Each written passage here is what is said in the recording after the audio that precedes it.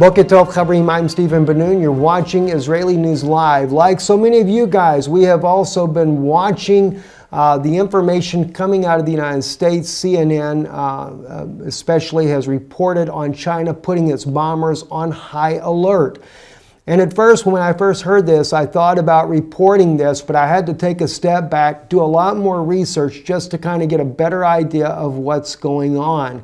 And that's what we try to do here. We try to bring out a balance of events that are going on. We are not supportive of North Korea by no means, especially their nuclear program like the United States. We feel that it is a threat to the United States as well. And of course, their continued expansion. Now, I do kind of understand that Kim Jong-un, being a pharaoh of North Korea, a dictator without question, but I also at the same time, I think about the families that live in North Korea, the mothers and the children and the fathers, many of these people that would never want to live under this dictatorship rule. Many of them, they risk their lives to escape, and then their families suffer all kinds of persecution. So I'm not in favor either of the United States using a nuclear bomb on North Korea or just devastating the country and all these innocent people dying that don't want to be a part of this leader. What has really brought this country to this position is ruthless dictatorship. And I do believe that what China has been willing to do and trying to do and help bringing this situation to under control by their sanctions that they began to finally start doing, I believe that that is what would actually bring this nation to its knees without a military intervention. So I question why the United States is actually doing such an aggressive posture to go in there with the military and just take them out. And again, I know President Trump is a tough president. He's firm about what he says. But at the same time, I question whether or not he's really the man that is calling the shots on this. I believe that this war powers that is running the United States, the shadow government, is the ones that are actually doing this. They're the ones calling for it. And of course, it would stimulate the U.S. economy at the lives of many children, women and children, and even men that, as I said, would not want to be under such a dictatorship. And I do believe that under Chinese pressure, seeing that they do contribute to, I think, something like 81% of all of North Korea's trade relations is through China, that China could easily cripple the nation and bring it to its knees and de-escalate this whole situation. Now, with that in mind, let's go right into some of the things that are going on here. And let me just real quick just make one quick comment. I had someone recently, and I approved the comment, but I wanted to respond, didn't get a chance to, that was actually questioning our translation of one of our articles the other day about Russia being willing to defend North Korea. Occasionally we do make a mistake or something, but we'll always correct that if we do. But one thing is for sure. My whole family, or my wife's family, I should say, not my whole family. My family is from the United States. In fact, most of my family is all military or former military, including myself. I served in the Marine Corps. And my son, my oldest son, also is an Army veteran. My brother as well, a veteran of the Army as a Ranger. My father served 3 tours in Vietnam. My grandfather served both of them in Second World War. So yeah, we have a lot of military background in our family. And of course, I consult my son and my stepbrother as well on military issues today. As far as in my wife's family, grew up in the Soviet Union, speak Russian. And my father-in-law also was an officer in the Soviet military in Slovakia. So yes, we do have an extensive knowledge and background. I also have a brother that lives in Japan, a sister, a doctor in Japan. So we have a lot of Eastern knowledge and abilities at our disposal as well. So we try to bring all this together, and we're not here to support, to say that Russia is right and we love Russia and North Korea is right and China is right. No, what we're trying to do is to take, because we're in this part of the world, to bring a balance into our reporting for you guys. But if we do make a mistake, we will correct that. But that article that I shared with you the other day, it is clearly showing that the evidence was there that Russia intends to protect North Korea, to defend them from any type of an attack there. They're not there to attack North Korea, even though they do not really have any type of military agreement with North Korea. it seems to be that Russia is making this posture because of the declining relationship that they're having with the United States. President Putin was very hopeful, and so was I, as so many of you as well, voted President Trump into office because we wanted to see a de-escalation with Syria. We wanted to see a de-escalation in Europe. Where I live at now. And yes, we do see the buildup of military on a daily basis. You're always seeing things change here, and it is very troubling. So we were hoping that this would be that way, and many Europeans felt the same way, that Donald Trump would actually de-escalate the situation with Russia in the Baltics here, and that has not happened. And I think that's what's contributing to Russia moving a military force down on North Korea's border as well. It could be, you could say, well, to control an influx of refugees from a war by the United States. But then if that were the case, why are they sending all of these anti-aircraft missile batteries down there as well? So we've seen a lot of movement there. We were able to report it thanks to our good friend Lorenzo on Already Happened, who gets a lot of those military movement scoops beforehand. So we were able to share that, and we see clearly what's coming. So again, this is where we're looking at right now when it comes to this, these reports about China puts bombers on high alert. And so it's really becoming concerning what's going on that we're seeing. And of course, President Trump is actually alluding to the possibility as well that China's putting their bombers on alert is for a contingent to deal with North Korea. And when the news first came out, I began to look at this and I thought, well, before I respond on this, I really want to dig a little bit deeper. I thought originally that this may be what China was doing, was working with the United States in order to take down Kim Jong-un. And then as I began to look more and more at this and looking at the articles in the Russian language as well as in the Chinese language, getting these things translated. I've got a friend that's in Shanghai as well that lets me know about things that are going on from their perspective. So we're able to see what's happening, and I wanted to get a clearer perspective to see, is China, are they willing to actually launch an attack against North Korea? And it does not seem that that's what they're up to. Now, let's take a look. And this was another article that came out on CNN. This man here that they're interviewing actually does seem to show a balance on that. And I want to share this interview with you here, just a portion of it. Let's listen to this. Is what that US official told us, that these bombers have been placed on a high alert. Now, they said it could be because of some reaction to the ongoing tension on the Korean Peninsula, but it could be a whole lot of other things as well, potentially, even just exercises by the Chinese military. But the Ministry of Defense, unsurprisingly here in China, has not responded to our request for comment. What we did see from Trump. You see, that was interesting right there. He said that's what the Washington is hopeful for, but I think that the military knows better than that. And I think what they're trying to do is just to give the U.S. people a little bit of hope that this is actually what China is doing. And China, granted, they are willing to do any type of sanctions in order to try to bring Pyongyang to its knees there, to where they would be willing to face, that they would be willing to cripple the economy there in order to get Kim Jong-un to stop this nuclear program. But when it comes to an actual war and to launch a preemptive strike on North Korea, who happens to be China's, their 81% of their trading partner, not that China is getting maybe a lot in return, it's just that China is really the one that helps support this government here. You have to remember there's several factors involved here. One, they're both communistic nations. And although China is putting that pressure on North Korea to cave in, and Russia has tried to put pressure on them as well. Both countries, both Russia and China, neither one have been willing to use a military action against this country.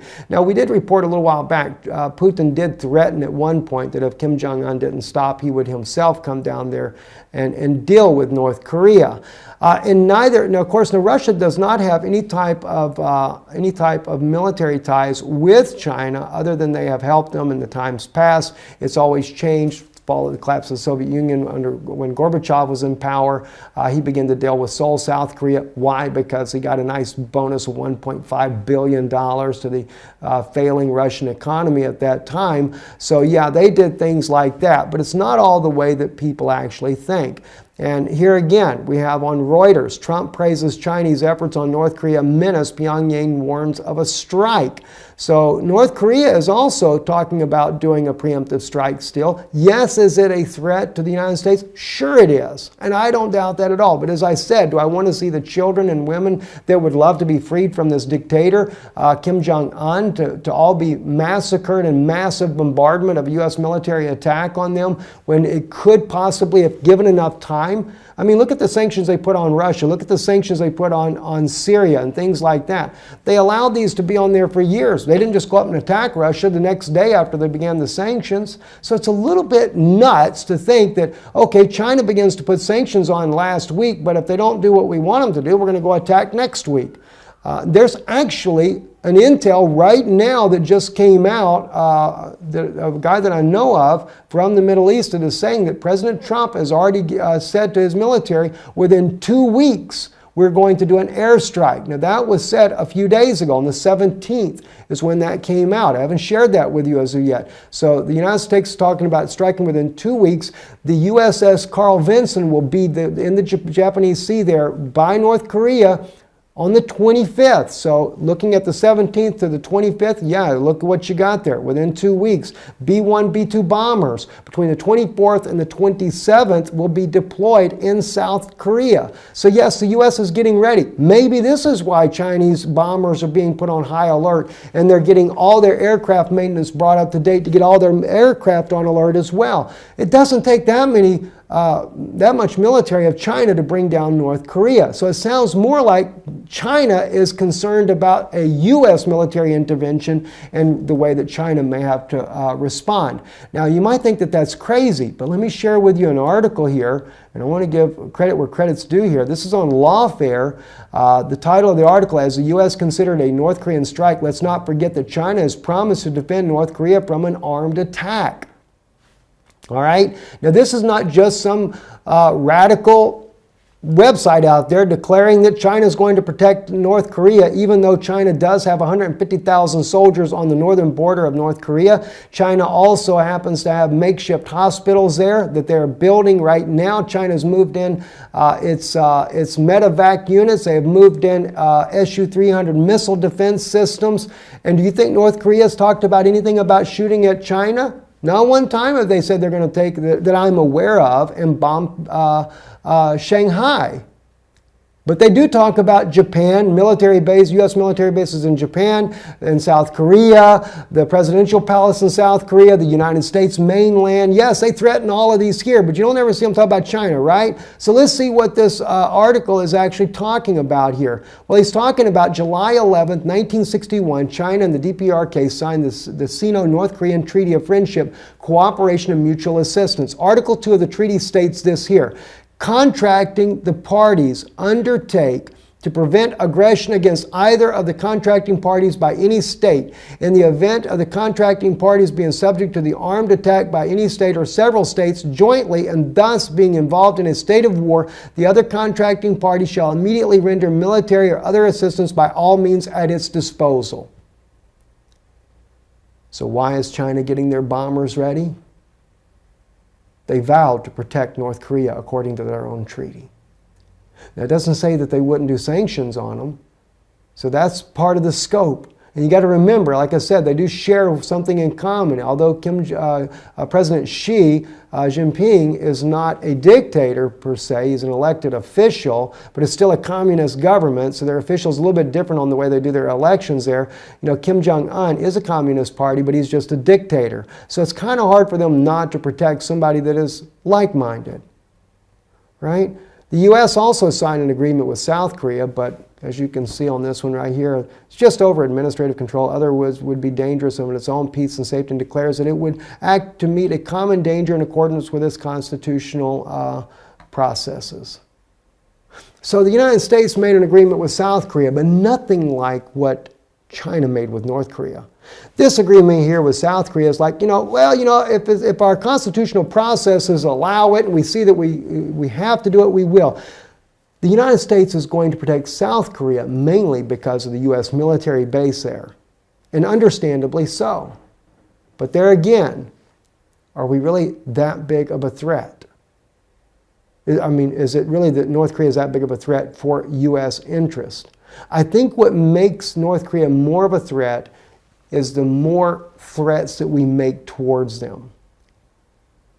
Kim Jong-un is really not that big of a threat. Pretty much anything he's got, we can knock down out of the air the moment it leaves the ground. Now, granted, him getting these satellites up into the atmosphere with nuclear bombs on them, that is a danger. But U.S. also has Star Wars technology that can knock all these satellites out with no problem and setting back on that and not risk starting a nuclear conflict. I think there are other means that we should consider as well. China is ready to promote political settlement in hotspots with Russia, according to Sputnik News. And of course, they mention North Korea and Syria. And the only reason I think that Russia would be getting involved in any of this to begin with is because the relationships with the United States has deteriorated. Their hope that President Trump was going to bring a peace, and I believe that President Trump really was hoping to bring peace. As he stated, Crimea should be part of Russia. It's always been a part of Russia. As he stated before the elections and everything, that we shouldn't have NATO's forces built up on Russia's doorstep. That he wanted to bring that down. He wanted to get rid of the sanctions. Russia was very hopeful of all this. Now, was this President Trump only saying this to get elected by the people because we, as the people of the United States, also didn't want this war? Maybe that's what it was. I don't know. Maybe he really meant it from his heart to do that. But the shadow government steps in and says, no, buddy, you're going to do what we say because war makes us a heck of a lot of money. And we're going to bomb Syria, and we're going to bomb North Korea, and we're going to bomb them all. And then we're going to deal with Iran and Russia next. They may get it a lot sooner than they think. Well, maybe they want it. Maybe they want China and Russia to bomb the United States and nuke our country as well. I don't know what the case may be, but it's putting the lives of the American people at risk for all this shadow government's crazy moves that they are doing.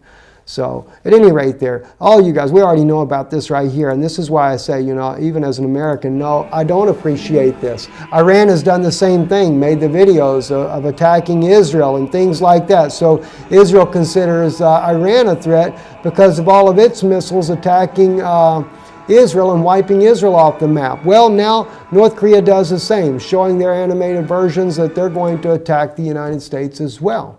Yes, that is a problem. Yes, something does need to be done, and I agree with that 100%. And of course, also on the UK Express here, World War III fears North Korea to complete lethal nuclear submarine missile system soon, UN warns. So they're building up more public opinion to justify a war that they no doubt have pre-planned for quite some time. I guess what they figure is if they can't get Russia to act over all the buildup on their western border there, over there in the eastern part of Europe there, on Russia's western border through Lithuania, Latvia, and all these places here, if they can't get Russia to get into a fight with us there, well, maybe if we go over there and bomb the mess out of North Korea, then maybe Russia will react. And then we have a justified means to attack Russia from the other side as well. I don't really know, friends. I don't know. In fact, this was interesting. Topword.ru, this article came out today. NATO and Russia, will there be a war? And the article here, when you read through this, is really interesting. And they go into the same things that I just shared with you. Russia was really hoping that Trump would help restore the relationship, that they would get rid of the sanctions, that they could work together mutually. But they do talk about that the tensions continue to rise, the buildups are still there, and that Putin is not a man that will just back down to all the threats, and that he reacts to every action that they make, and that somewhere along the lines, it's going to spark a war if things don't get a bit more careful. That's kind of the day's bad news. I hate to tell you that. The only good news that I know of is Yeshua, Jesus Christ. And if you don't know him, I think now's a good time to get to know him. I'm Stephen Ben-Nun. You're watching Israeli News Live.